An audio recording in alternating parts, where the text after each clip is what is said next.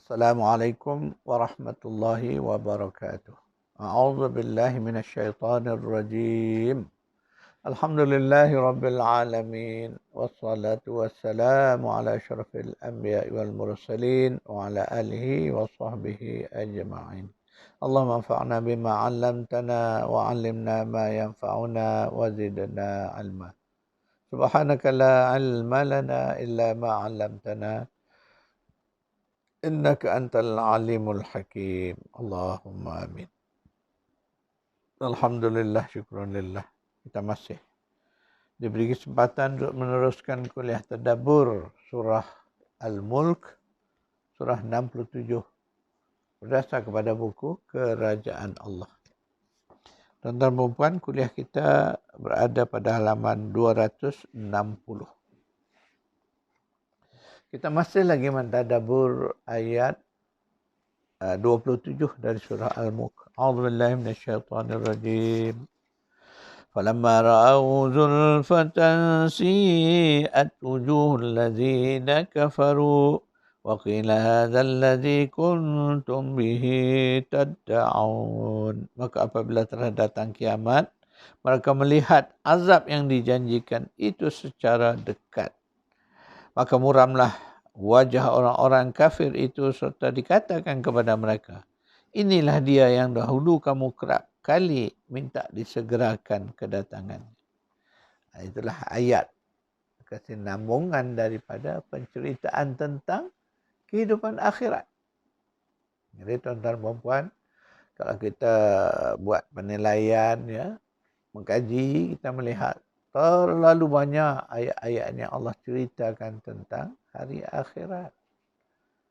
Jadi dulu waktu kecil dulu, ini kita selalu kadang mikir, kenapalah Quran ni banyak sangat cerita tentang akhirat. Hari ini waktu kita dah melewati usia yang begitu panjang, baru kita sedar kenapalah Al-Quran itu banyak sangat cerita tentang akhirat. Kenapa? Ya, kerana Al-Quran itu sifatnya sebagai peringatan. Al-Quran mengingatkan kita tentang inilah hakikatnya masa depan kita. Dalam perjalanan jauh kita, fasa keempat inilah fasa yang paling kritikal kepada kita. Itulah fasa kehidupan semula. Yang mana kehidupan ini adalah kehidupan yang terbaik dan kekal. Wal akhiratu khairun wa abqa. Wal akhiratu khairun wa abqa. Akhirat itu benar-benar pasti suatu yang kehidupan yang terbaik dan kekal. Itulah sifatnya. Jadi mengapa kita melihat terlalu banyak ayat? Kalau kita nak membaca ayat-ayat yang menceritakan tentang akhirat ini, panjang. A'udzu billahi minasyaitonir rajim.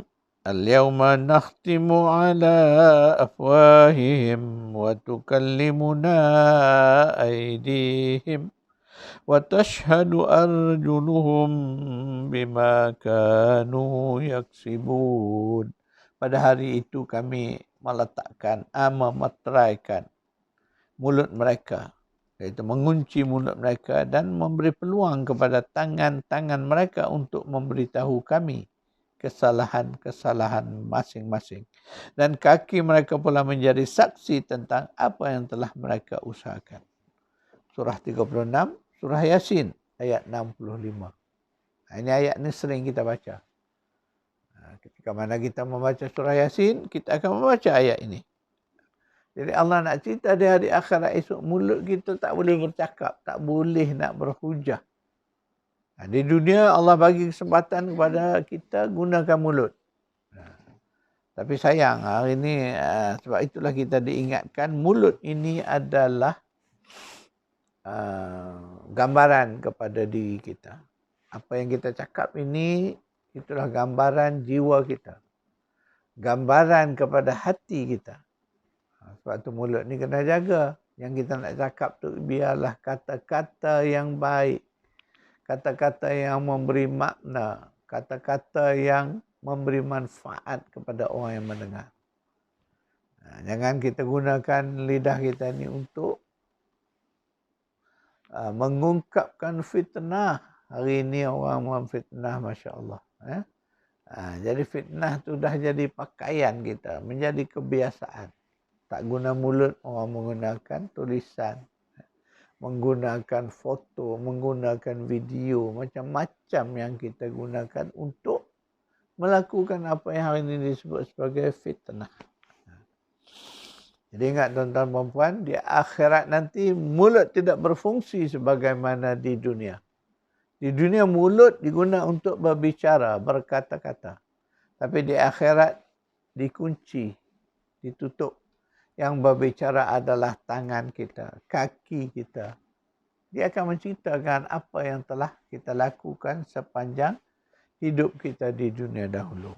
Itulah situasi yang sangat-sangat menakutkan kita. Bayangkanlah kita nanti dibicarakan dalam keadaan yang sedemikian. Mana mulut kita tak mampu untuk mempertahankan diri kita. Anggota tubuh yang akan ceritakan. Kalau kita ni semasa di dunia hidup berbakti, beramal, maka kaki tangan kita akan cerita apa yang mereka lakukan. Mereka berwuduk, mereka bersolat, mereka berpuasa. Mereka ni yang akan menceritakan. Sebaliknya demikian jugalah kalau orang yang waktu di dunia mereka melakukan maksiat dan dosa, maka kaki dan tangan akan menceritakanlah segala apa yang telah mereka lakukan sewaktu di dunia dulu. Ketika dibentangkan catatan kitab, rekod amal semasa di dunia, semuanya akan diperlihatkan. Ya. Hinggalah sekecil zarah pun akan diperlihatkan. Itu yang kita dah baca dalam kuliah-kuliah yang lalu, ayat tentang bagaimana Allah kata hari kiamat itu, a'udzubillahi minasyaitonirrajim, yauma idzin yasdurun nasu ashtatan liyaraw a'malahum. Faman ya'mal misqala dzarratin khairan yarah. وَمَنْ يَعْمَلْ مِثْقَالَ ذَرَّةٍ شَرًّا يَرَهُ. Tak ada yang tersembunyi. Sekecil zarah pun yang baik akan dapat dilihat. Sekecil zarah daripada keburukan pun akan dapat dilihat. Maka kita orang beriman, dalam merentasi timeline kita ataupun dipanggil garis masa kita, masa lalu kita dah berlalu. Tapi Allah bagi kesempatan dengan sifat kasih sayang rahmat Allah. Allah bagi kita kesempatan untuk memadam benda buruk masa lalu kita. Cara apa? Caranya ialah taubat. Itulah rahmat Allah. Kita nak mengulang masa lalu tak mungkin, mustahil. Tetapi Allah bagi sesuatu yang besar pada kita. Bagaimana cara nak menghapus cacatan buruk tentang masa lalu kita ialah dengan taubat.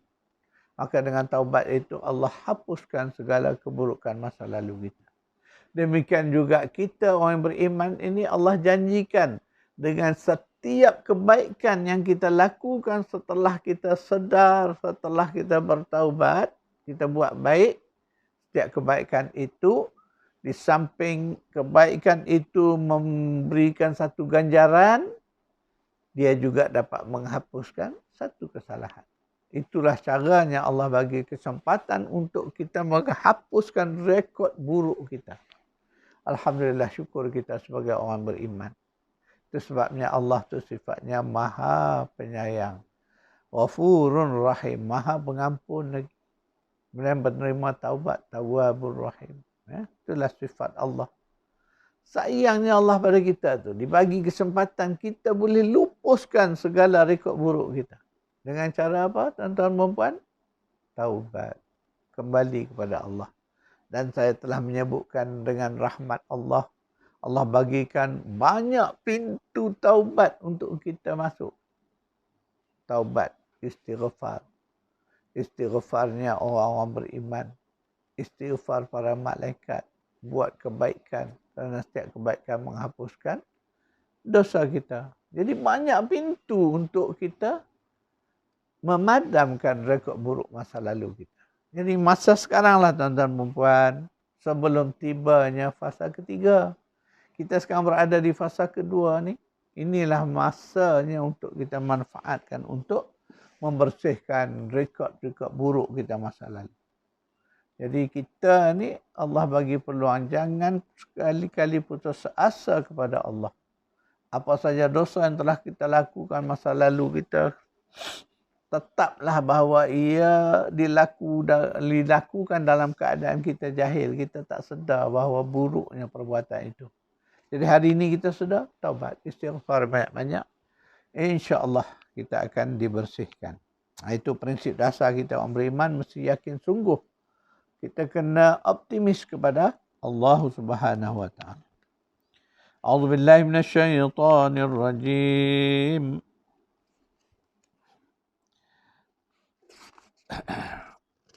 ووضع الكتاب فترى المجرمين مشفقين مما فيه ويقولون يا ويلتنا ما لهذا الكتاب لا يغادر صغيرة ولا كبيرة إلا أحصاها ووجدوا ما عملوا حاضرا ولا يظلم ربك أحدا. Dan kitab-kitab amal juga tetap akan dibentangkan. Maka engkau akan melihat orang-orang yang berdosa itu merasa takut akan apa yang tersurat di dalamnya.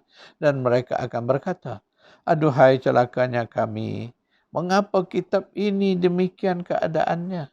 Ia tidak meninggalkan yang kecil atau yang besar, melainkan semua dihitungnya.